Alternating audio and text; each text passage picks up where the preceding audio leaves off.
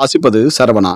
ஆம்பூர் அருகே பிறந்து சில நாட்களே ஆன பச்சிளம் குழந்தையை டாஸ்மாக் கடை அருகில் வீசிவிட்டு சென்ற தாயை பொதுமக்கள் பிடித்து போலீசில் ஒப்படைத்த சம்பவத்தால் பரபரப்பு. திருப்பத்தூர் மாவட்டம் ஆம்பூர் அடுத்த வடகரை பகுதியில் செயல்பட்டு வரும் டாஸ்மாக் கடை அருகே இன்று மதியம் ஆட்டோ ஒன்றில் கை குழந்தையுடன் வந்து இறங்கிய இளம்பெண் ஒருவர் தனது குழந்தையை சாலையில் கிடத்திய நிலையில் அங்கிருந்து ஆட்டோவில் தப்பி செல்ல முயன்றுள்ளார்.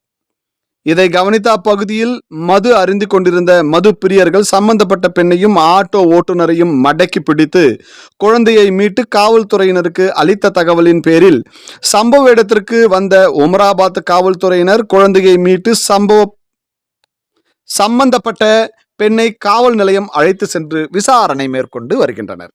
காவல்துறையின் விசாரணையில் வீராங்குப்பம் பகுதியை சேர்ந்த லோகேஸ்வரி என்பதும் இவருக்கு ஏற்கனவே மணிகண்டன் என்பவரோடு திருமணமாகி பிரிந்து குடும்ப பிரச்சனை காரணமாக பிரிந்து வாழ்ந்து வருவதாக கூறப்படும் நிலையில் கடந்த சில ஆண்டுகளாக அதே பகுதியை சேர்ந்த ஆட்டோ ஓட்டுநர் கோபி என்பவருடன் பழகி வந்ததாகவும் தவறான பழக்கம் காரணமாக பிறந்த குழந்தை என்பதால் இளம் குழந்தையை கைவிட முயற்சி செய்து சிக்கியுள்ளார் என்பது முதல் கட்ட விசாரணையில் தெரியவந்துள்ளது.